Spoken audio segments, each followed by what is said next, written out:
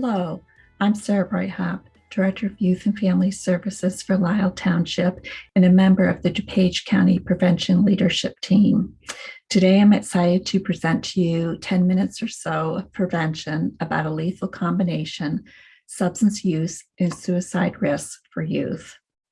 Today, I'll talk about why substance use increases the suicide risk for youth, risk factors to be aware of, and warning signs to watch out for, what to do, and how to plan for the safety of the young person or young people in your life to prevent the worst from happening, and offer some crisis and support resources.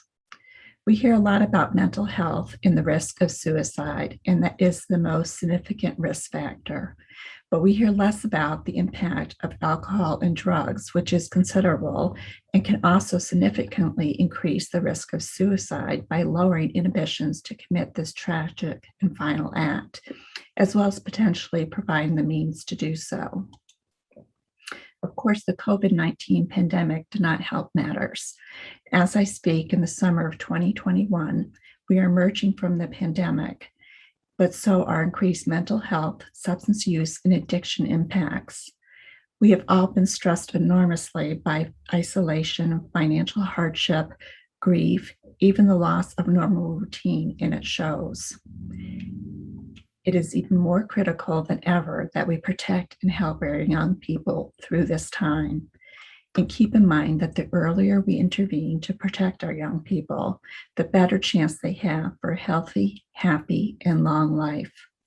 What we're seeing now are 3 times pre-pandemic levels of anxiety and depression, 3 times the usual rate of suicidal thoughts, with an overall increase in mental illness and substance use, and a 30% increase in overdose deaths, whether accidental or not.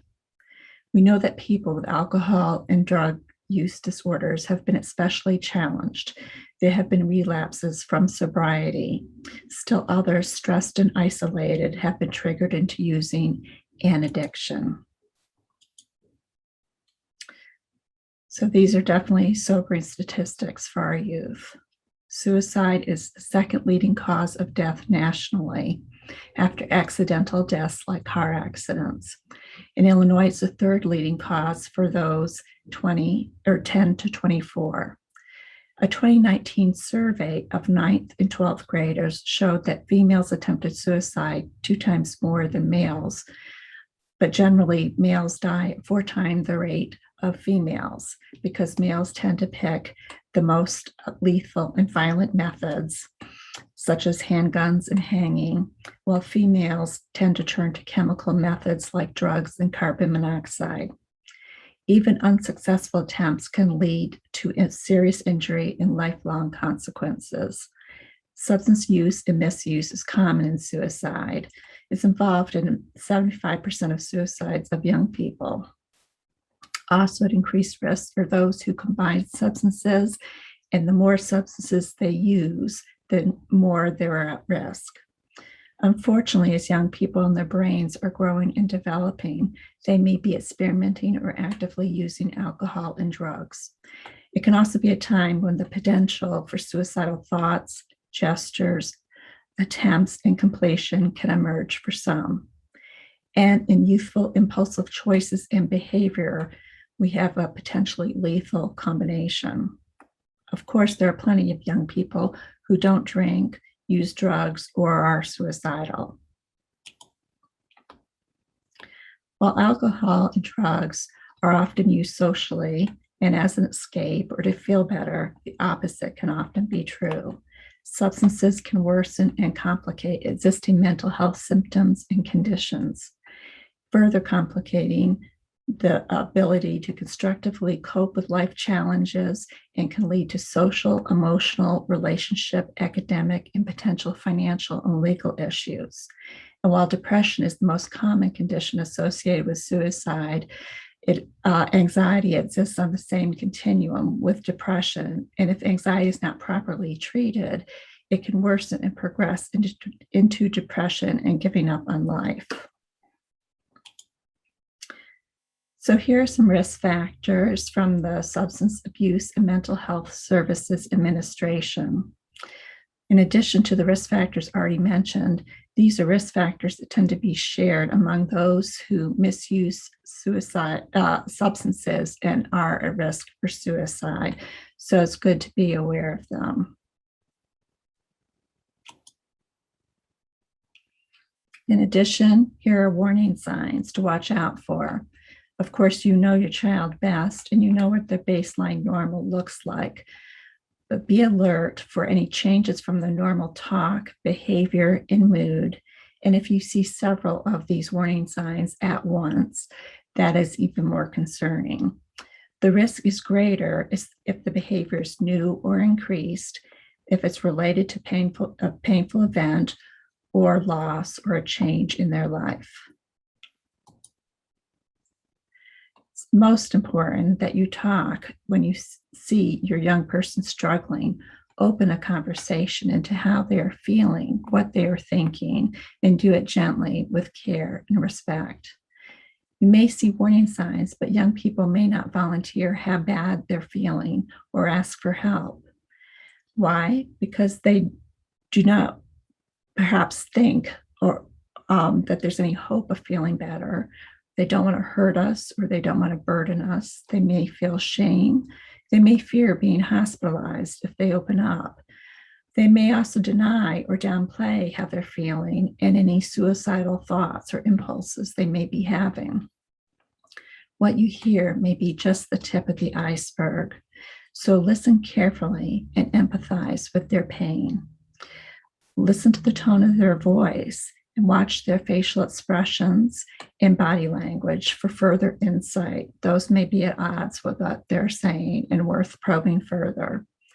It's important to show that it's safe to talk about these hard topics, mental health and suicide, and that we can handle whatever they have to say. It may be hard to hear, and you may not always know what to say, and you may be afraid to talk about mental health and suicide, but you can't go wrong by listening, expressing your care, love, and concern about their well-being and your desire to keep them safe no matter what. Some of you may be afraid that you may give them the idea of suicide if you bring it up, but that's just not true. Asking will not push or lead someone to suicide, but our support can prevent it. Our goal is their safety. Of course, call in professional help when needed and in crisis. More about that later. And then while asking about suicide may not be the first question you ask, it can often be good to lead up to it. But if you have a reason to fear for their safety, it's important to have the conversation than not. And when you do ask, avoid euphemisms. Not what are you thinking of hurting yourself, which can mean any number of things, but are you thinking of killing yourself? Listen carefully, see if they have a plan, listen for how detailed the plan might be and how intent they may be to act upon it. Of course, the more serious, the more detailed, the more they are in need of professional help.